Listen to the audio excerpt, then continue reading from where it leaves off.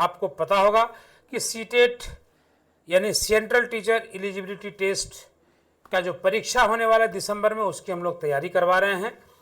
उसमें आपको सीडीपी सहित हिंदी भाषा कौशल और अंग्रेजी भाषा कौशल यानी हिंदी पेडागोजी और इंग्लिश पेडागोजी जो है वो दोनों ही हम लोग पढ़ा रहे हैं। आपको निश्चित तौर पर यदि पास करना है एग्जामिनेशन को तो हमारे चैनल से जुड़िए और ज्ञान प्राप्त कीजिए, सीटेट पास कीजिए। देखिए साथियों, भाषा कौशल की जहाँ तक बात करेंगे तो कल हमने इस पर विस्तार से चर्चा की थी, आज उसी चर्चा को हम लोग आगे बढ़ाएंगे। तो साथियों, आपको पता है कि मनुष्य जो है वो एक सामाजिक प्राणी और समाज में अन्य व्यक्तियों से संप्रेषण का मतलब आप समझते होंगे कि किसी से संवाद स्थापित करने के लिए वो बोलकर या लिखकर एवं अपने भावों एवं विचारों को अभिव्यक्त करता है, या सुनकर या पढ़कर दूसरों के विचारों को क्या करता है, वो ग्रहण करता है। इस प्रकार भाषा के दो अभिव्यक्तात्मक कौशल हैं। अभिव्यक्ति करने वाले जो कौशल है वो दो प्रकार के हैं, बोलना और लिखना। इन दोनों माध्यम से हम अपने विचारों को क्या कर सकते हैं साथियों, हम अपने विचारों को अभिव्यक्त कर सकते हैं। तो देखते हैं इसमें हम लोग कि भाषा के दो ही ग्रहणयात्मक कौशल हैं। कौन कौन सा है? सुनना और पढ़ना। इन दोनों माध्यम से हम एक दूसरे के विचारों को क्या करते हैं, उनकी बातों को ग्रहण करते हैं। किस हिसाब से? तो सुन करके और पढ़ करके। देखिएगा, आप जब किताब पढ़ते हैं, आप जब रामायण पढ़ते हैं, आप जब रश्मि रथी पढ़ते हैं, तो आपको उन किताबों से ज्ञान मिलता है। आप उस ज्ञान को क्या करते हैं? संप्रेषित करते हैं, अभिव्यक्त करते हैं किसी के सामने में। तो भाषा से संबंधित इन चारों क्रियाओं के प्रयोग करने की क्षमता को भाषा कौशल कहा जाता है। इनका विकास एवं इनमें दक्षता प्राप्त करना ही भाषा शिक्षण का उद्देश्य है साथियों। उसके बाद देखते हैं हम लोग कि भाषा शिक्षण के लिए आवश्यक चारों कौशल परस्पर एक दूसरे से अंतः संबंधित होते हैं, यानी कि listening, speaking, reading and writing. साथियों, LSRW जो है ये एक दूसरे से काफी नजदीकी संबंध रखते हैं। लिसनिंग, स्पीकिंग, आप बोलेंगे तो कोई सुनेगा तो उसको मतलब लिखेगा, कोई रीड करेगा तो कोई उसको सुनेगा, कोई रीड करेगा तो कोई उसको लिखेगा। तो एक दूसरे से क्या है साथियों, तो बहुत ही क्लोज रिलेशनशिप है LSRW का, यानी लिसनिंग यानी सुनना, स्पीकिंग बोलना, रीडिंग मतलब पढ़ना, राइटिंग मतलब लिखना। तो प्रत्येक कौशल का विकास किसी न किसी रूप में एक दूसरे पर जो है साथियों वो निर्भर करता है। भाषा के चारों कौशल क्रम से नहीं सीखे जाते, बल्कि सभी एक साथ सीखे जाते हैं। जैसे बच्चा सुनने के साथ साथ बोलना भी सीखता है और पढ़ने के साथ साथ जो है साथियों वो लिखना भी सीखता है। याद रखेंगे इस पॉइंट को। भाषा कौशल को 4 प्रकारों में विभाजित किया गया है। भाषा कौशल को 4 प्रकारों में विभाजित किया गया है। सबसे पहला है साथियों श्रवण कौशल। हम पहले के जमाने में क्या होता था, पहले के जमाने में कॉपी तो होता नहीं था, तो ऋषि मुनि लोग, साधु संत लोग, गुरु जो है वो अपने शिष्यों को क्या करते थे, तो नीचे बैठाते थे और वो स्वयं ऊंचाई पर बैठते थे और उसको क्या करते थे, तो अपना ज्ञान जो है बच्चों को बोल करके देते थे। बच्चे उसको सुनते थे और सुन करके उस ज्ञान को ग्रहण करते थे। ठीक है, और वो गुरु तब तक ज्ञान नहीं दे देते थे, तब तक उन विद्यार्थियों को नहीं छोड़ते थे जब तक उन दोनों का ज्ञान बराबर ना हो जाए। ठीक है, तो श्रवण कौशल ये बहुत प्राचीन कौशल है ज्ञान प्राप्त करने का, ज्ञान अर्जन करने का। उसके बाद साथियों वाचिक या मौखिक अभिव्यक्ति, मतलब विचारों को बोल करके। जैसे कुमार विश्वास को आप सुनते होंगे, तो कुमार विश्वास साहब क्या करते हैं, वो कितनी सुंदर बातें करते हैं। आप देखे होंगे अपने अपने राम में, अपने अपने श्याम में आपने देखा होगा कि इतनी बेहतरीन बातों को वो रखते हैं सबों के सामने कि मन प्रफुल्लित हो उठता है। तो वो क्या है, वो वाचिक या उसको हम लोग मौखिक अभिव्यक्ति या मौखिक कौशल कह सकते हैं साथियों। पठन कौशल अर्थात आप किसी चीज को, आपको कोई चौपाई याद करना है तो आप किताब खोल करके बैठेंगे, आप चौपाई याद करेंगे, उसको सुनाएंगे दूसरों को, संप्रेषण स्थापित होगा वहां पर। तो इन चीजों को देखना है हम लोगों को। लेखन कौशल की जब बात करेंगे साथियों, तो आपको कोई एसे लिखना है, आपको कोई स्पीच लिखना है, आपको कोई नोटिस लिखना है, तो आपको वहां पर लेखन कौशल का जो है वो क्या करना होगा, तो प्रदर्शन करना होगा, एग्जीबिशन करना होगा आपको साथियों। अब हम लोग बात करेंगे श्रवण कौशल की, जिसको कहते हैं सुनना। तो भाषा को श्रवण कौशल के माध्यम से ग्रहण किया जाता है। याद रखेंगे कि भाषा को कैसे ग्रहण करते हैं, श्रवण कौशल को। बच्चा जब जन्म लेता है साथियों, तो वो अपने माँ के, अपने पिता के, अपने दादा के, अपने दादी के, अपने चाचा के, अपने चाची की बातों को सुनता है और समाज की बातों को सुनता है, वो उन शब्दों को सीखता है। आप देखेंगे कि जिस समाज में गाली गलौज का प्रयोग होता है, वहां पर बच्चे गाली गलौज सीख जाते हैं। माता पिता अगर संस्कारी हैं तो बच्चा भी संस्कारी होगा, अच्छी अच्छी बातें करेगा साथियों, ठीक है। तो श्रवण कौशल मतलब हो गया सुनना। तो भाषा को श्रवण कौशल के माध्यम से ग्रहण किया जाता है। वह सुनना मात्र ही श्रवण कौशल नहीं है साथियों, बल्कि वक्ता या प्रवक्ता की को सुनकर उसके अर्थ को उसी प्रकार ग्रहण करना जिस प्रकार वो बात अभिव्यक्त की जा रही है, उसको हम लोग श्रवण कौशल कहते हैं साथियों। याद रखेंगे इस पॉइंट को। और सेकेंड पॉइंट हमारे पास क्या है, तो वाचन कौशल है साथियों। वाचन कौशल का अर्थ होता है बोलना, मतलब अपनी बात या विचारों को दूसरों के सामने प्रकट करना या अभिव्यक्त करना, वाचन कौशल कहलाता है, ठीक है। और यह प्रभावी तब हो जाएगा जब हम अपनी बात या विचारों को इस प्रकार से व्यक्त करें कि सुनने वाला हमारी बात को अच्छे से समझ जाए और उस पर इसका प्रभाव हो, तो एक अच्छे वाचन कौशल का उदाहरण होगा साथियों। उसके बाद हम लोग का साथियों पठन कौशल, यानी पढ़ना। किसी विषय को पढ़कर उसके अर्थ को ग्रहण करना पठन कौशल कहलाता है। और श्रवण की अपेक्षा पठन कौशल से अस्थायी ज्ञान की प्राप्ति होती है। आप किसी चीज को पढ़ेंगे, किसी पुस्तक को यदि पढ़ेंगे, तो आपको आपका जो ज्ञान होगा साथियों वह अस्थायी ज्ञान होगा। और पठन जो है वो दो प्रकार के होते हैं। एक होता है स्वस्वर पठन, जो हम बोल रहे हैं वो स्वस्वर पठन है। एक होता है मौन पठन, मतलब चुप रह करके उसको केवल पढ़ते रहना। ये दो तरह का पठन होता है साथियों। लेखन कौशल, अब देखिए रीडिंग के प्रकार, हम बात करेंगे रीडिंग के प्रकार। कितने प्रकार के रीडिंग होते हैं, जैसे स्किमिंग रीडिंग, जब पाठक पाठ्य सामग्री का केंद्रीय भाव तथा सार खोजने के लिए तेजी से मतलब पढ़ता है और लेखक के उद्देश्य तथा लिखने की व्यवस्था को समझना चाहता है, तो यह प्रक्रिया जो है साथियों स्किमिंग रीडिंग के अंतर्गत आती है। इसको याद रखेंगे, ये क्वेश्चन आपको पूछा जा सकता है एग्जामिनेशन में, इसीलिए आपके लिए हर एक शब्द जो है वो इंपॉर्टेंट है। नेक्स्ट देखते हैं साथियों, स्कैनिंग की बात करेंगे। यहां पाठक किसी विशेष जानकारी को प्राप्त करने के लिए वाक्यों को जल्दी से पार कर जाता है। और गहरी पढ़ाई वो क्या होती है, तो गहन पठन में बारीकी से और प्रत्येक शब्द को अच्छे से पढ़ना, वो जो है आपका गहरी पढ़ाई होती है। और अतिशय अभ्यास जो है यह धारा प्रवाह पर अधिक जोर डालता है और सटीकता पर जो है यह अधिक जोर डालता है साथियों। ये चार प्रकार के हैं। अब देखिएगा लेखन की प्रक्रिया का उपागम। उपागम का मतलब होता है साथियों अप्रोच, टेक्निक। तो प्रक्रिया उपागम बच्चों में लेखन कौशल के विकास के लिए लेखन का प्रक्रिया उपागम जो है वो क्या होता है साथियों, वो सहायक होता है। इनमें बच्चे क्रमबद्ध तरीके से मतलब स्टेप बाय स्टेप सीखते हैं और लेखन कौशल में यानी कि राइटिंग स्किल में वो कुशल बनते हैं, दक्ष बनते हैं। और इसको लिखने के द्वारा लिखना सीखना कह सकते हैं साथियों। फिर बिक्स की बात करेंगे, यानी बेसिक इंटरपर्सनल कम्युनिकेटिव स्किल, जिसको हम लोग बुनियादी अंतर वैयक्तिक संप्रेषणात्मक कौशल कहते हैं। यानी डेली यूज में आने वाली लैंग्वेज को कहा जाता है साथियों बिक्स, यानी बेसिक इंटरपर्सनल कम्युनिकेटिव स्किल। ये जो है साथियों आपका शॉर्ट फॉर्म में दे सकता है, एग्जामिनेशन में आता है, एक आध बार इसको पूछा भी गया, इसीलिए इसको आप नोट कर लेंगे, ये आपके एग्जाम के लिए इंपॉर्टेंट है। और नेक्स्ट बात करेंगे साथियों कैल्प की। कैल्प का भी फुल फॉर्म याद करेंगे। इसका मतलब होता है कॉग्निटिव एकेडमिक लैंग्वेज प्रोफिशिएंसी।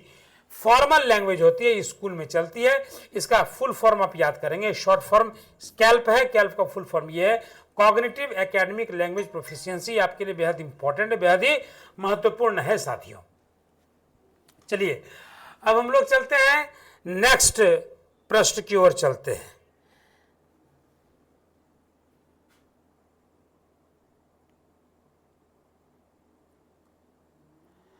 चलिए साथियों, नेक्स्ट हम लोग चलते हैं अगले पॉइंट की ओर। हम लोग बात करेंगे साथियों भाषा शिक्षण में मूल्यांकन की हम लोग बात करेंगे। तो मूल्यांकन की जब बात करेंगे साथियों, तो सीखने सिखाने की निश्चित अवधि के बाद बच्चों की वास्तविक उपलब्धि स्तर को जांचना मूल्यांकन कहलाता है। मूल्यांकन पठन पाठन प्रक्रिया का एक अभिन्न हिस्सा है। यह एक निरंतर चलने वाली प्रक्रिया है। याद रखिएगा कि ये जो मूल्यांकन क्या है, ये निरंतर चलने वाली प्रक्रिया है।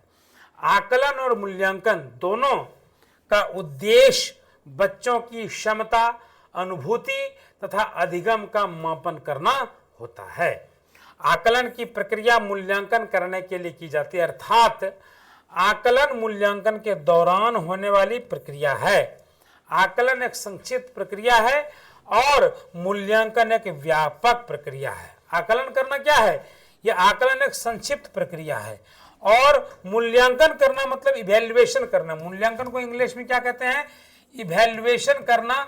ये एक विस्तृत है, मतलब ये व्यापक बड़ा प्रक्रिया है साथियों। तो आकलन छोटा संक्षिप्त और मूल्यांकन व्यापक अर्थात बड़ा है। आकलन के बाद मूल्यांकन किया जाता है, मतलब छोटे तौर पर पहले आकलन कर लिए, ठीक है, देख लिए, फिर मूल्यांकन के बड़े स्तर पर बड़े तौर पर किए। मूल्यांकन के उद्देश्य की हम लोग बात करेंगे साथियों। तो मूल्यांकन के उद्देश्य में क्या होता है कि बच्चों में अपेक्षित व्यवहार एवं परिवर्तन, आचरण परिवर्तन की जांच करना। ये बहुत जरूरी है कि आपके बच्चा का आचरण क्या है, वो क्या बिहेवियर कर रहा है, उसका अपने सहपाठियों के साथ, शिक्षकों के साथ, माँ पिता के साथ, समाज के साथ क्या व्यवहार है, उसकी जांच करना। और बालकों की योग्यताओं को जानना, उसकी कुशलताओं को जानना, उसकी रुचियों को जानना, उसकी अच्छाइयों को जानना, उसकी बुराइयों को जानना, ये सारी चीज़ों का पता लगाना। उसके बाद जो है साथियों शिक्षण विधि को अपनाना, यानी कि मूल्यांकन का उद्देश्य ये होता है कि आपका क्या योग्यता है, क्या कुशलता, क्या रुचि, उसके अनुसार से शिक्षण विधि अपनाना। मतलब किस प्रकार से शिक्षित करे बच्चों को, ताकि उसका जो है लेवल वो बहुत ही बेहतरीन हो जाए साथियों। चलिए नेक्स्ट देखते हैं। इससे अध्ययन और अध्यापन दोनों का मापन कर सकते हैं। दूसरा पॉइंट है कि विद्यार्थियों के भाषाई कौशलों की प्रगति का आकलन करना। तीसरा है कि बालकों को चहुमुखी विकास की निरंतर गति प्रदान करता है, उपचारात्मक शिक्षण प्रदान करता है साथियों। नेक्स्ट देखते हैं। विद्यार्थियों का सतत मूल्यांकन करके भाषा शिक्षण में आने वाली कठिनाइयों को दूर करना और बच्चों के अधिगम में होने वाली कठिनाइयों का पता लगाना और उन्हें दूर करने की सही रणनीति बनाना। उसके बाद हम लोग बात करेंगे साथियों कि मूल्यांकन का क्या महत्व है, अर्थात what is the importance of evaluation. तो पहला उद्देश्य है साथियों कि शिक्षण के उद्देश्यों की प्राप्ति में सहायक है। मतलब हम जो टीचिंग कर रहे हैं, हम जो पढ़ा रहे हैं आपको, हम आपकी कमी को, हम आपकी रुचियों को, हम आपके अंदर के ज्ञान को यदि पहचान पा रहे हैं तो हमारा शिक्षण जो है, हम किस प्रकार से आपको शिक्षा देंगे वो सफल हो जाएगा। तो ये उद्देश्य है। दूसरा है साथियों कि बच्चों को अध्ययन की ओर अग्रसारित करना, मतलब बच्चों को अध्ययन की ओर आगे बढ़ाना। और तीसरा है साथियों कि बच्चों की कमजोरियों को जानने में सहायक, मतलब बच्चे में क्या कमी है, वो किन क्षेत्रों में पिछड़ रहा है, मैथ की क्या स्थिति है, इंग्लिश की क्या स्थिति है, विज्ञान की क्या स्थिति है, बाहरी एक्टिविटी में क्यों इंटरेस्ट नहीं लेता है, इन सारे चीज़ों की जानकारी हमें इवैल्यूएशन के दौरान पता चल जाता है साथियों। तो इस पॉइंट को याद रखेंगे। अगला पॉइंट है कि बच्चों की प्रगति में सहायक है। It means if you are able to know that what is the pros and cons of the students, of the children, then what can you do? You can pave the way of the students towards the progress. आप बच्चों के राह को आसान बना सकते हैं, उनको एक नई दिशा, नई दशा प्रदान कर सकते हैं साथियों। उसके बाद जो है शैक्षिक व व्यावसायिक मार्गदर्शन में सहायक है। बिल्कुल सही बात है कि आपको व्यवसाय करना है तो आपकी रुचि अगर व्यवसाय की तरफ है तो आपको पढ़ाई जो है उसी प्रकार की कराई जाएगी। ये फायदा है मूल्यांकन का। अब साथियों हम लोग चर्चा करेंगे कि मूल्यांकन होते कितने प्रकार के हैं। ठीक है, हम लोग चर्चा करेंगे कि मूल्यांकन कितने प्रकार के होते हैं। तो रचनात्मक या निर्माणात्मक मूल्यांकन की बात करेंगे साथियों। तो बच्चों की लगातार प्रतिपुष्टि का मतलब होता है फीडबैक। हम लोग बोलते हैं नहीं हम कैसा पढ़ाए भाई, तो ये प्रतिपुष्टि हम आपसे ले रहे हैं, हम आपसे फीडबैक ले रहे हैं। जैसे हम आपसे पूछ रहे हैं कि हाउ एम आई टीचिंग, मैं आपको किस तरह से पढ़ा पा रहा हूं। तो ये मैं जब आपसे प्रश्न किया तो मैं अपना फीडबैक ले रहा हूं कि क्या मैं सचमुच में पढ़ा रहा हूं अच्छा या नहीं पढ़ा रहा हूं साथियों। तो वही चीज है। तो बच्चों के लगातार प्रतिपुष्टि मतलब बच्चों का लगातार फीडबैक लीजिए। रचनात्मक मूल्यांकन सहायक है। रचनात्मक मूल्यांकन से अध्यापक पढ़ाते समय यह जांच करते हैं कि बच्चों ने ज्ञान को कितना अर्जित किया है। रचनात्मक मूल्यांकन पाठ के बीच में से किया जाता है। और निदानात्मक मूल्यांकन की जब बात करेंगे साथियों, तो बच्चों को अधिगम के दौरान मतलब लर्निंग के दौरान होने वाली कठिनाइयों का पता, निदान से बना है निदानात्मक मतलब डायग्नोज करना। हम जाते हैं ना डॉक्टर के पास, डॉक्टर क्या करते हैं, हम लोग को डायग्नोज करते हैं, टेस्ट लिखते हैं, बीमारी पकड़ते हैं तो उस प्रोसेस को डायग्नोज करते हैं। हम भी बच्चों की बीमारियों को पकड़ते हैं, क्या दिक्कत है, राइटिंग में क्यों दिक्कत हो रही, समझ क्यों नहीं पा रहा, मैथ क्यों कमजोर है, इंग्लिश क्यों कमजोर है, इन सारे बातों को डायग्नोज करते हैं। उसको हम लोग कहते हैं निदानात्मक मूल्यांकन कहते हैं साथियों। और उन कठिनाइयों का कारण का पता लगाना, जैसे डॉक्टर बीमारी कारण पता लगाता, अच्छा ब्लड टेस्ट में एसजीपीटी बढ़ा हुआ, भाई लीवर में सूजन है, पता चल जाता है, तो निदानात्मक मूल्यांकन कहलाता है। और योगात्मक मूल्यांकन की बात करेंगे साथियों, तो योगात्मक मूल्यांकन सत्र के अंत में होता है, अर्थात जब सत्र हमारा समाप्त होने वाला होता है, द एंड होने वाला होता है, तो उसको हम लोग योगात्मक मूल्यांकन कहते हैं। और अध्यापक द्वारा पढ़ने के बाद यह देखना कि बच्चों ने ज्ञान को कितना ग्रहण किया, योगात्मक मूल्यांकन कहता है। मतलब overall what is the progress of the particular individual, what is the progress of that children, है ना, उसको सत्रांत में जानना, उसको उसका मूल्यांकन करना, वो योगात्मक मूल्यांकन कहता है। जैसे किसी पाठ को पढ़ाने के बाद जब अध्यापक बच्चों से प्रश्न पूछता है और प्रश्न पूछने का उद्देश्य क्या हो, तो मूल्यांकन करना हो कि whatever I taught he has got और नॉट, ही रिसीव्ड द पॉइंट और नॉट, तो उसको हम लोग क्या कहेंगे साथियों, उसको हम लोग कहेंगे योगात्मक मूल्यांकन। चलिए हम लोग चलते हैं बच्चों की भाषा का आकलन करने के उचित तरीके की बात करेंगे साथियों। तो पहला पॉइंट हम लोग का है कि बच्चों द्वारा विभिन्न संदर्भों में भाषा प्रयोग के अवसर देना।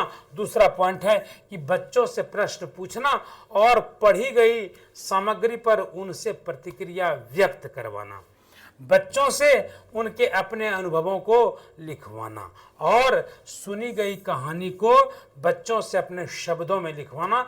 बच्चों के भाषा प्रयोग का क्या करना साथियों, तो बच्चों के भाषा प्रयोग का अवलोकन करना, बच्चों को चित्र वर्णन और प्रश्न पूछने के अवसर देना। तो ये सारी बातें जो साथियों, ये बच्चों की भाषा का आकलन करने का एक बेहतरीन तरीका है। चलिए अब हम लोग बात करेंगे साथियों पोर्टफोलियो की। बहुत बार इस टर्म का यूज होता है आपके परीक्षा में, तो इस पोर्टफोलियो को हम समझते हैं कि पोर्टफोलियो क्या होता है। तो साथियों पोर्टफोलियो एक प्रकार की फाइल होती है जिसमें किसी बच्चे के एक निश्चित अवधि में किए गए काम का संग्रह होता है, कलेक्शन होता है। और सेकेंड पॉइंट है कि इसमें बच्चे की उपलब्धियों, इसमें बच्चे की प्रगति और इसमें बच्चे में कहाँ कमी है उसकी पूरी की पूरी जानकारी होती है साथियों। नेक्स्ट पॉइंट है इसका कि पोर्टफोलियो से बच्चे की महत्वपूर्ण जानकारियां मिलती हैं कि बच्चे व्यक्तिगत तौर पर किस प्रकार के, क्या पसंद करते हैं, क्या नापसंद करते हैं, किन चीज़ों में उनकी कमजोरी है, कौन मजबूत पक्ष है, उनका पारिवारिक वातावरण कैसा, उनका शैक्षणिक वातावरण कैसा, उनका शैक्षणिक वातावरण कैसा, सांस्कृतिक वातावरण कैसा है और सामाजिक जानकारियां, ये सारी चीज़ें जो है साथियों ये पोर्टफोलियो में उपलब्ध होती हैं। और बात करेंगे तो बच्चों के पोर्टफोलियो बनाने का उद्देश्य यह होता है कि इसकी सहायता से उनका मूल्यांकन करना क्या हो जाता है साथियों, उनका मूल्यांकन बेहद ही आसान हो जाता है। चलिए नेक्स्ट पॉइंट की ओर चलते हैं साथियों, 17 नंबर पॉइंट की ओर चलते हैं। 17वां पॉइंट क्या देखिएगा, समग्र एवं सतत मूल्यांकन, जिसको हम लोग साथियों इंग्लिश में कहते हैं CCE। इसका फुल फॉर्म होता है